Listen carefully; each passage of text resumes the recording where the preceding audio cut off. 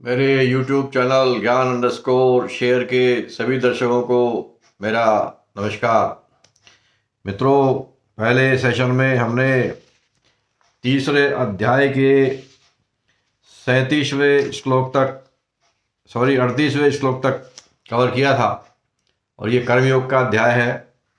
और इसमें अर्जुन ने भगवान से पूछा था 36वें श्लोक में, बहुत इम्पोर्टेंट है, वहीं से फिर से मैं शुरू कर रहा हूँ कि हे भगवान, मुझे ये बताइए कि कई बार इंसान की इच्छा नहीं होती, वो कोई गलत काम नहीं करना चाहता, उसके अंदर द्वंद्व चलता है कि ये मैं काम करूँ कि नहीं करूँ, लेकिन फिर भी वो किसी चीज़ के वशीभूत हुआ न चाहते हुए भी गलत कर्म कर बैठता है।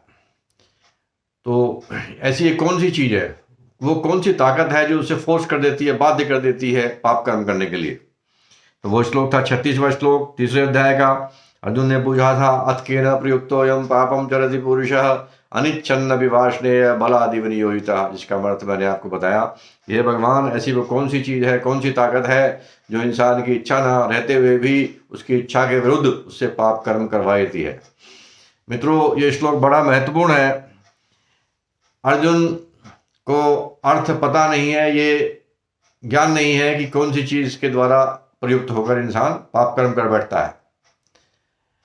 इसी चीज़ से लगभग यही चीज़ दुर्योधन ने भी भगवान से बात हुई जब इसके बारे में, गीता के बारे में, तो उसने बोला, जानामि धर्मम न च मे प्रवृत्ति, जानामि अधर्मम न च मे निवृत्ति।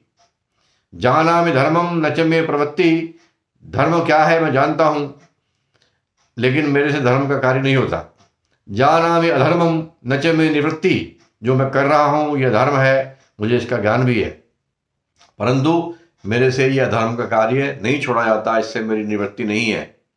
केनापि देवेन हृदय स्थितेन, मुझे ऐसा महसूस होता है जैसे कि कोई देवी शक्ति मेरे हृदय में बैठी हुई है। केनापि देवेन हृदय स्थितोमि यथा नियुक्तोऽस्मि तथा करोमि। और वो मुझे जहाँ लगा देती है, जहाँ मुझे नियुक्त कर देती है, वहीं मैं परवश सा हुआ लग जाता हूँ। मेरे से नहीं होता, मेरे से कंट्रोल नहीं होता, मुझे ज्ञान देने की आवश्यकता नहीं है।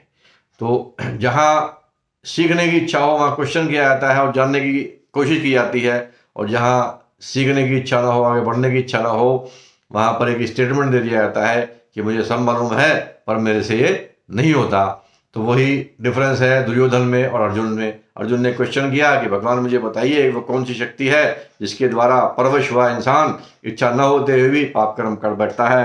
और उसका जवाब भगवान ने 37वें श्लोक में दिया, काम एष क्रोध एष रजोगुण समुद्भवः, काम एष क्रोध एष रजोगुण समुद्भवः महाशनो महापाप्मा विद्येनम इह वैरिणम। कि ये कामना है जो रजोगुण से पैदा होती है और ये महाशना है, अर्थात इसका कभी शमन नहीं होता, ये इसकी भूख कभी मिटती नहीं, और ये महापापी है। इसको तुम अपना विद्येनम ही वैरिणम, इसे तुम अपना वैरी समझो। इसके बाद अगले श्लोक में भगवान ने बताया कि ये जो कामना है ये हमें कैसे हमारा दुश्मन है और कैसे हमसे दुश्मनी निकालती है। तो 38वें श्लोक में बताया, धूमे नाव्रियते वह्नि यथा दर्शो मणिनि च। जिस प्रकार से धूमे नाव्रियते वह्नि, वह्नि मतलब अग्नि, जैसे धुआं जो है अग्नि को कवर कर लेता है, अग्नि को कवर कर लेता है, और जिस प्रकार से गंध जो है शीशे को कवर कर लेती है और हमें असली अपना प्रतिबिंब नहीं दिखाई देता, आत्मा को अपना दर्शन नहीं हो पाता, इसी प्रकार से यथोल्बोनावृतो गर्भ, जिसी प्रकार से जो गर्भ में बच्चा होता है वो जेल से ढका होता है, जेल उसको ढक लेती है, तथा तेनेदम आवृतम, इसी प्रकार से जो कामना है ये हमारे ज्ञान को आवृत कर लेती है, और ज्ञान हमें जो मिलना चाहिए आत्मा से वो हमें ज्ञान मिलता नहीं है। तो ये 3 प्रकार से हमें, हमारा जो अंतःकरण है उसको 3 प्रकार से उसमें दोष पैदा कर देती है कामना। वो 3 दोष कौन से हैं? मल दोष, विक्षेप दोष, मल दोष, विक्षेप दोष और आवरण दोष। मल दोष कैसे होता है कि जबरदस्ती हमसे पाप कर्म करवाती है, और पाप कर्म के फलस्वरूप का पाप के जो संस्कार होते हैं उससे मल दोष पैदा होता है। और विक्षेप दोष क्या होता है? विक्षेप दोष का मतलब है कि हमें ये एकाग्र नहीं रहने देती, हमारा माइंड जो है स्कैटर्ड हो जाता है, डिस्ट्रैक्ट करती है हमें। अभी एक कामना है, हम एक काम पर लगे, फिर थोड़ी देर में दूसरी होगी, फिर तीसरी होगी, और वो एक कामना भी उसका मैग्नीट्यूड जैसे जैसे उसको हम संतुष्ट करने की कोशिश करते हैं, उसके पीछे भागते हैं, तो वो बढ़ता रहता है। तो हमें एकाग्र नहीं होने देती है। तो इससे हमारे अंदर विक्षेप दोष आता है। और आवरण तीसरा दोष है, जिसके कारण ये हमें अकर्मण्यता, आलस्य, निद्रा इत्यादि में सुख दिखाकर उससे हमें ये विवेक शून्य बना देती है। तो ये तीनों प्रकार से हमें ये इस प्रकार से हमारी दुश्मन है, इससे हमें बचना चाहिए। आवृतम ज्ञानमेतेन ज्ञानिनो नित्यवैरिणा, ये ज्ञानियों के ज्ञान को कवर कर लेती है। आवृतम ज्ञानमेतेन ज्ञानिनो नित्यवैरिणा, और ये ज्ञानियों के नित्यवैरिणी है। ज्ञानियों की क्यों कहा, अज्ञानियों की क्यों नहीं कहा? अज्ञानियों के भी है, लेकिन अज्ञानी इसको, इस कामना को अपनी वैरी नहीं समझते। अज्ञानी कामना को अपनी वैरी नहीं समझते और इसीलिए उसको अपना मित्र समझते हैं और उसका कामना के को संतुष्ट करने के लिए विषय भोगों में लगातार फंसे रहते हैं। इसलिए ये वैरी तो उनकी भी है वास्तव में, लेकिन वो उसको समझते नहीं, पर ज्ञानी इसको अवश्य समझते हैं और इसलिए इससे वो हमेशा सावधान रहते हैं। काम रूपेण कौन्तेय दुष्पूरेण अनलेन च, ये काम रूपेण कौन्तेय, इसलिए हे अर्जुन, इस अग्नि के समान कभी न पूर्ण होने वाली, जैसे अग्नि कभी जो है पूर्ण नहीं होती, उसमें आप कितना भी आहुति डालो तो वो बुझती नहीं है, पूर्ण नहीं होती और वो बढ़ती जाती है। इसी प्रकार कामना भी है, काम रूपेण कौन्तेय दुष्पूरेण अनलेन च, वो कभी पूर्ण नहीं होती और अग्नि की तरह से वो कभी संतुष्ट नहीं होती। ये जो कामना है ये हमारे ज्ञान को आवृत कर लेती है, ज्ञान को ढक लेती है, हमें सही का जो ज्ञान नहीं होने देती। इंद्रियाणि, अब ये कामना रहती कहाँ है, तो ये हमें कैसे परेशान करती है, कहाँ रहती है? तो ये बताया, इंद्रियाणि मनोबुद्धि यस्याधिष्ठानम उच्यते, इंद्रिय, मन और बुद्धि इसके स्थान है, निवास स्थान है। ये कामना इंद्रिय, मन और बुद्धि को टेंड कर देती है, इनको इनकैपेसिटेट कर देती है। इंद्रियाणि मनोबुद्धि यस्याधिष्ठानम उच्यते एतहि विमोहयत एषा ज्ञानम आवृत देहिनम, जो देहिनम से मतलब जो अपने स्वभाव के वशीभूत काम कर रही है उनके लिए, उनको कर पाती है। जो असली ज्ञानी हो गए उनको नहीं कर पाती, क्योंकि वो तो अब इसको अपना दुश्मन समझते हैं और इसको अपने पास फटकने नहीं देते, इसलिए उनको ये परेशान नहीं कर पाती। हालांकि दुश्मन तो उनकी भी है, परंतु जो देहिनम है अर्थात जो प्रकृति में स्थित है, जिसमें देहाभिमान है, जो अपने आप को शरीर, मन, बुद्धि, अहंकार मानते हैं, उनकी इंद्रिय, मन और बुद्धि इनको ये मोहित कर देती है और असली ज्ञान को दिख नहीं देती, और जैसा फिर ये चाहती है विषय भोग में, उधर ये उनको लेके जाती है। तो इंद्रिय और मन बुद्धि मनुष्य के वश में न रहने के कारण उन पर काम अपना अधिकार जमाए रखता है। अतः कल्याण चाहने वाले मनुष्य को अपने मन, बुद्धि और इंद्रियों से इस काम रूपी वैरी को शीघ्र ही निकाल देना या वहीं रोककर उसे नष्ट कर देना चाहिए, नहीं तो यह घर में घुसे हुए शत्रु की भांति मनुष्य जीवन, अमूल्य जीवन को नष्ट कर देती है। तस्मात् त्वम इंद्रियाणि आदौ, तो जैसे अभी बताया कि ये जो हमारी कैपेसिटी है, हमें इंद्रिय, मन और बुद्धि, क्योंकि इन्हीं से तो हमें सब, बुद्धि से ही तो हमें सब ज्ञान होता है, इंद्रियों से हमें बाह्य संसार का ज्ञान होता है, मन से हमारा चिंतन होता है, पर ये इन्हीं के अंदर ये कामना जब बैठ गई और इनकी उसकी जो कैपेसिटी थी, उसी कैपेसिटी को उसने टेंड कर दिया, तो हम जो ये हमें दिखाती है कि ये सही है, वही हम उसको सही मान लेते हैं। राग द्वेष से युक्त होकर हम विषय भोग में फंसे रहते हैं। तो क्योंकि राग द्वेष से ही तो कामना पैदा होती है, पहला स्टेज है राग द्वेष। तो इंद्रियों के विषय में जो राग द्वेष है, उसके कारण कामना पैदा होती है, और जैसे ये कामना पैदा हुई, ये हमारी इंद्रिय और मन और बुद्धि में जाकर बैठ गई, और उनकी जो कैपेसिटी, जो उनकी विवेक था, उस विवेक को इसने टेंड कर दिया, उस विवेक को जागृत नहीं होने दिया, उस विवेक को ढक लिया, और फिर ये हमें काम भोगों में, इसमें सांसारिक भोगों में हमें प्रवृत्त कर दिया, और जो हमारे जीवन का जो महान लक्ष्य था कि हमें मोक्ष प्राप्त करना है, उससे हमें मोहित कर दिया, भटका दिया। तो फिर करना क्या चाहिए? तस्मात् त्वम इंद्रियाणि आदौ नियम्य भरतर्षभ, हे भरत श्रेष्ठ, इसलिए तुम इंद्रिय आदि अर्थात इंद्रिय, मन और बुद्धि, इन सबको नियमित करो, संयमित करो, इन पर कंट्रोल करो, रेस्ट्रेंट करो इनको। पापमानं प्रहीयेनम ज्ञान विज्ञान नाशनम, और ज्ञान और विज्ञान के नाश करने वाली इस पापी काम को तुम जबरदस्ती, इसको बलपूर्वक इसको मार डालो, इस कामना को खत्म करो।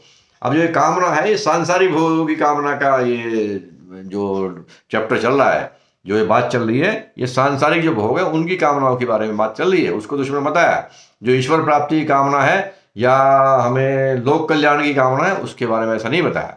जो स्वार्थ सिद्धि के लिए, जो विषय भोग के लिए जो कामना है, वो हमारा दुश्मन है। ना कि ईश्वर प्राप्ति की कामना। ईश्वर प्राप्ति की कामना से तो जो ये संसारिक कामना अपना भी नष्ट हो जाती है, तो इसलिए उसके बारे में ये बात नहीं है। ये केवल उन भोगों उस कामनाओं के बारे में है जो कि हम सांसारिक भोगों की कामना में हम लिप्त होते हैं, उसको हमारा दुश्मन बताया।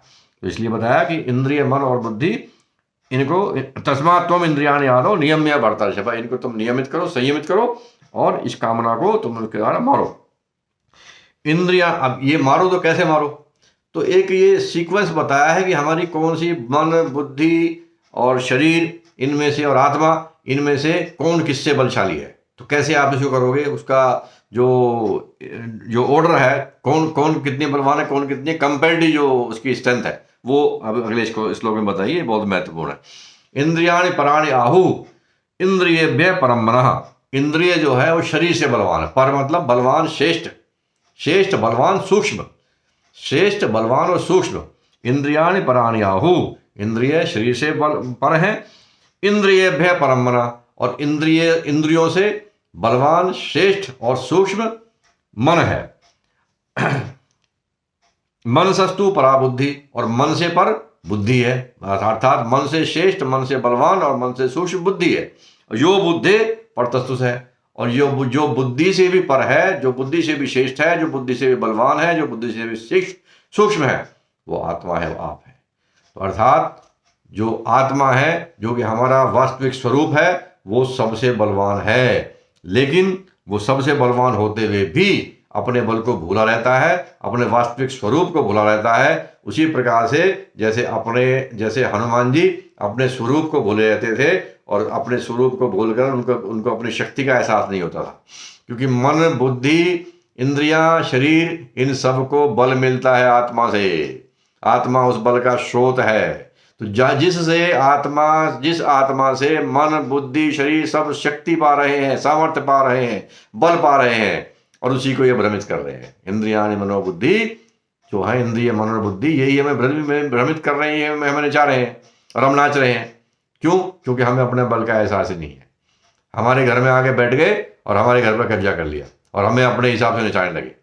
तो यही इंद्रिय का, मन का यही काम है मित्रों। तो इसलिए इसकी स्टार्टिंग कैसे हुई कि कामना बैठी इंद्रिय और मन पे, और कामना आके बैठ गई इंद्रिय और मन पर, और उसने जो है मन और बुद्धि को, इनको बाह्य विषयों की तरफ उनमें भोग बुद्धि पैदा करके उनको दिखाया कि इधर बहुत संसारिक जीवन में से बड़े मजे हैं, और उनको उधर भ्रमित कर दिया और उनके विवेक को, उनके ज्ञान को ढक लिया, और वो मन बुद्धि आत्मा को फिर भ्रमित करने लगे। और आत्मा क्योंकि अपनी शक्ति से अनभिज्ञ है, अपने वास्तविक स्वरूप से अनभिज्ञ है, अपने विवेक का इस्तेमाल नहीं कर रही, इसलिए उनके पीछे पीछे जीवात्मा जो है वो चल दी। जो जीवात्मा बन गई है सिद्ध आत्म बुद्धि की वजह से, वो उनके पीछे उनके गुलाम की भांति हम चलते रहते हैं। तो ऐसी अवस्था में कामना हम पर हावी होती है, और ऐसी अवस्था में हम पाप कर्म कर बैठते हैं। तो वास्तव में कामना बलवान नहीं है, कामना में अपना कोई भी बल नहीं है। कामना को बल मिला हमारे से ही, जो उसको इनडायरेक्ट बल मिल रहा है। मन को बल मिला, इंद्रियों को बल मिला, शरीर को बल मिला, ये आत्मा से मिला। तो यदि आत्मा अपने बल को पहचाने और उस बल को, उस पावर को, उस स्ट्रेंथ को एक्सरसाइज करे।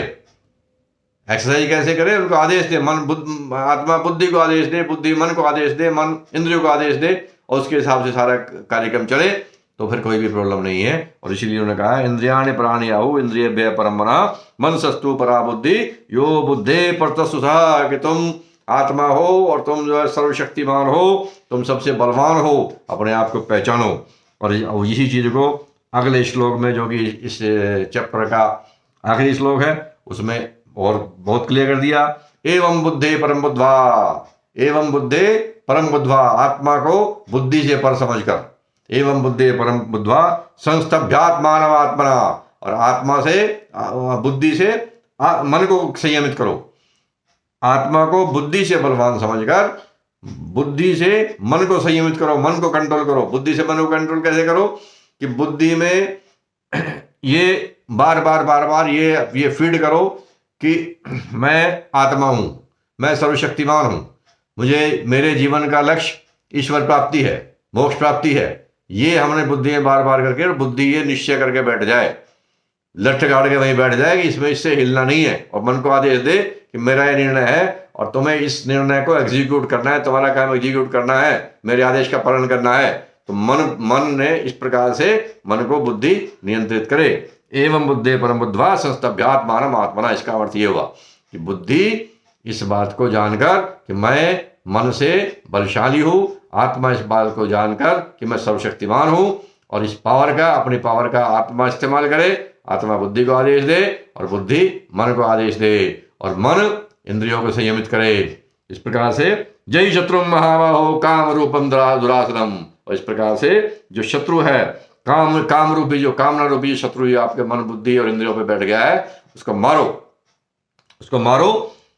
जो ये काम रूप दुर्जय मतलब डिफिकल्ट टू विन, जो दुर्जय है, जिसके ऊपर विजय पाना मुश्किल है, काम जो है, इसको तुम मारो। लेकिन साथ में इस श्लोक में एक शब्द का इस्तेमाल हुआ, महाबाहो एवं बुद्धे परम बुद्ध्वा संस्तभ्यात्मानम् आत्मना जय शत्रुम महाबाहो काम रूपम दुरासदम। तो इसमें अर्जुन के लिए महाबाहो शब्द का इस्तेमाल किया है। महाबाहो का मतलब होता है जिसकी भुजाएं लंबी हैं, अर्थात जो बलशाली है। तो अर्जुन को ये दिखाया है भगवान ने कि तुम सर्वसमर्थ हो, तुम साक्षात आत्मा हो, तुम सर्वशक्तिमान हो, तुम इस शत्रु को, ये दुर्जय दिखती है, और तुम इसे मारने में सक्षम हो। तो क्योंकि तुम अपने बल का, अपने स्वरूप का तुम्हें भान नहीं है, तुम इसको भूले बैठे हो, और इसलिए तुम्हारे ऊपर ये नाटक कर रहे हैं, तुम्हारे ऊपर शासन करने का प्रयास कर रहे हैं। Otherwise you are the most powerful, तुमसे पावरफुल कोई भी नहीं है, इसलिए तुम इनको मारो। तो इसी प्रकार से ये इस अध्याय का मित्रों समापन होता है। मैं आपसे फिर ये निवेदन करूंगा कि ये जो बाद के जो 5-6 श्लोक हैं, इनको आप अवश्य याद करें और इनको बार बार इनको रिपीट करें माइंड में। तो धीरे धीरे करके ये आपकी जो एक तरह से पावर है, उस पावर को, अपने आप को बार बार आपको याद दिलाएगा, और आपका अपने मन को कंट्रोल करने में, इंद्रियों को कंट्रोल करने में आपको एम्पावर्ड फील कराएगा। जय हिंद, भज गोविंदम, जय श्री राम।